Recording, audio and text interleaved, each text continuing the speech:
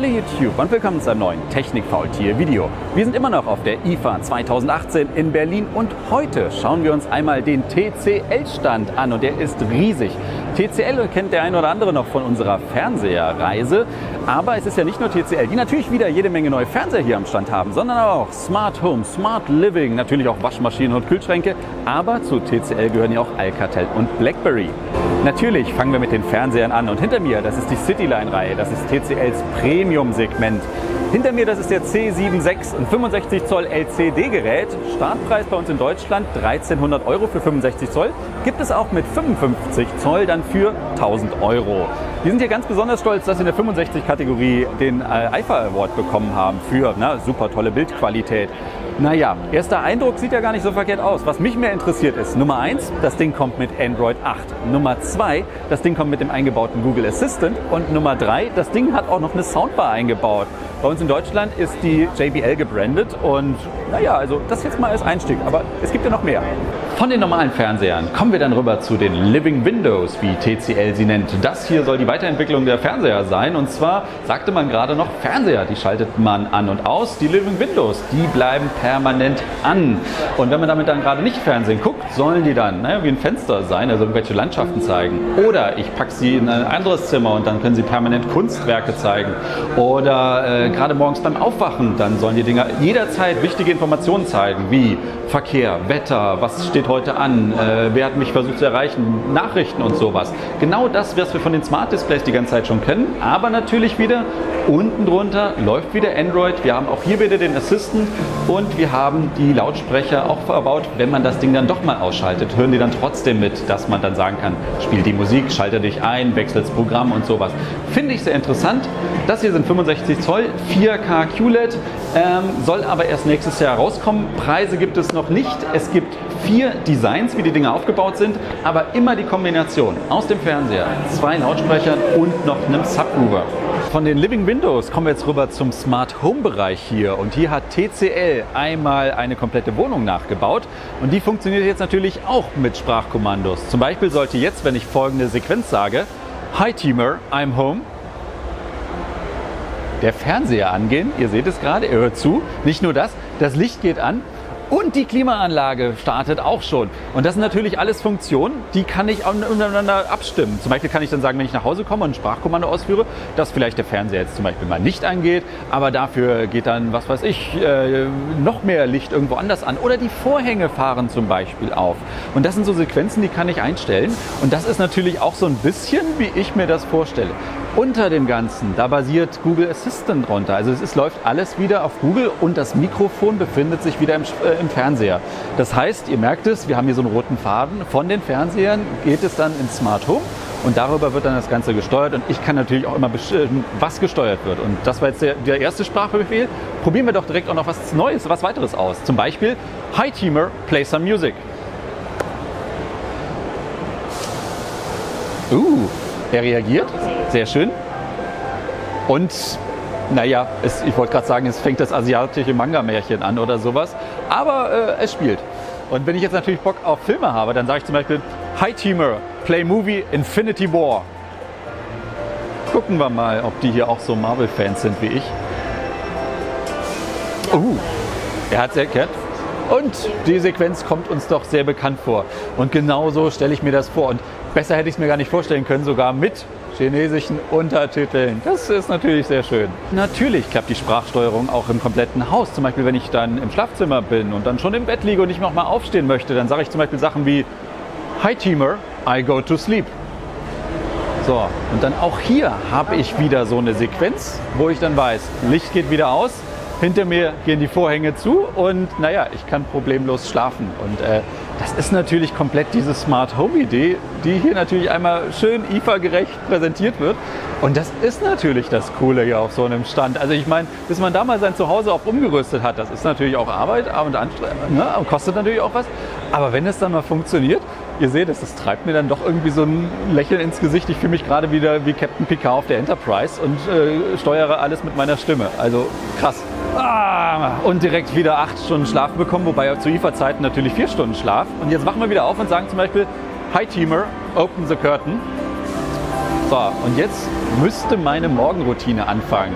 Genau, ich kriege Wetterinformationen, der Vorhang geht wieder auf, ich kann rausgucken, habe natürlich in Berlin eine Wohnung mit Blick aufs Meer und kriege einmal meinen Tagesplan gezeigt. Auch nicht schlecht. Und nach dem Aufstehen gehen wir dann rüber ins Bad, aber auch dafür haben wir einen Sprachbefehl, wie zum Beispiel Hi Teamer, I would like to take a shower.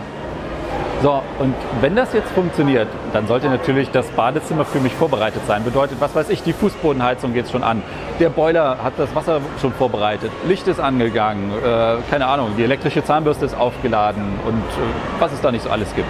Und als letzte Station in unserer IFA-Vorführbude gehen wir jetzt in die Küche. Und natürlich kochen wir hier mit Gas. Warum würden wir auch mit Strom kochen auf der IFA? Aber folgendes Szenario haben sie sich jetzt ausgedacht. Ich koche jetzt mit Gas und drehe irgendwie und drücke. Ich muss drücken und drehen.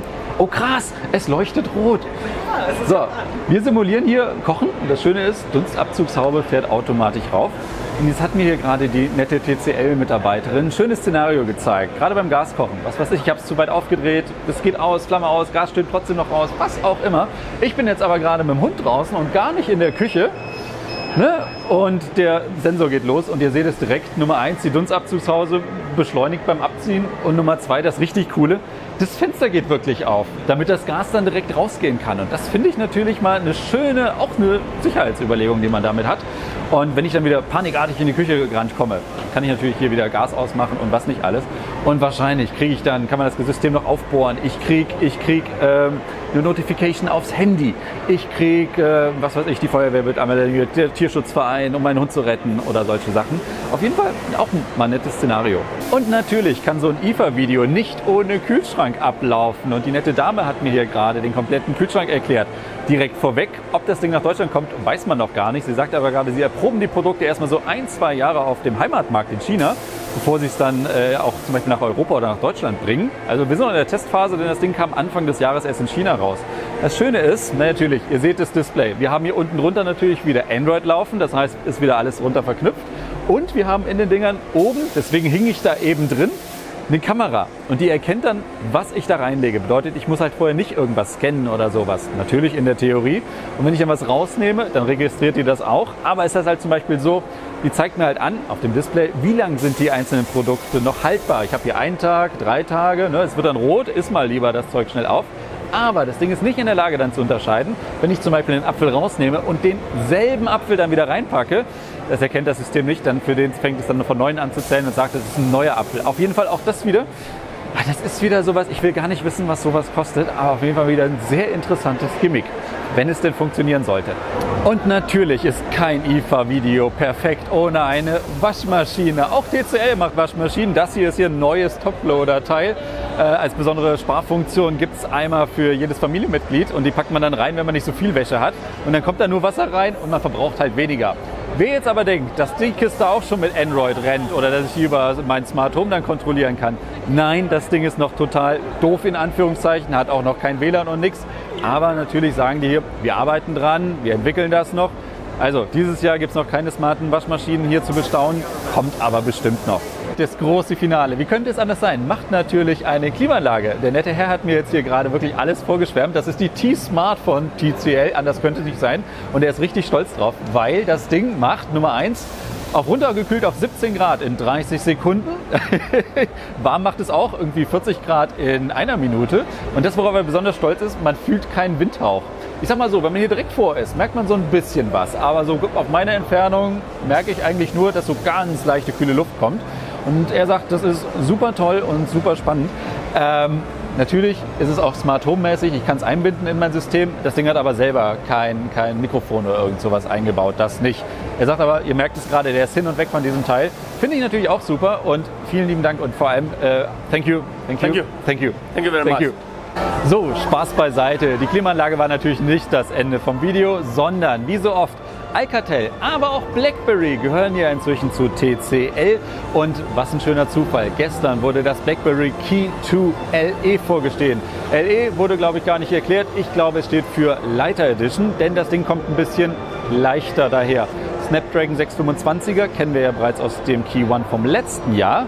Einstiegspreis 350 € für die 32 GB Version, 50 € mehr für die 64 GB Version und die Tastatur. Es hat eine Tastatur, aber die kommt dann ohne die Trackpad, ohne die Touchpad-Funktion auf dem Ding. Ich kann also da nicht den Zeiger sozusagen bewegen, aber ich habe eine richtige Tastatur, die sich auch vernünftig anfühlt.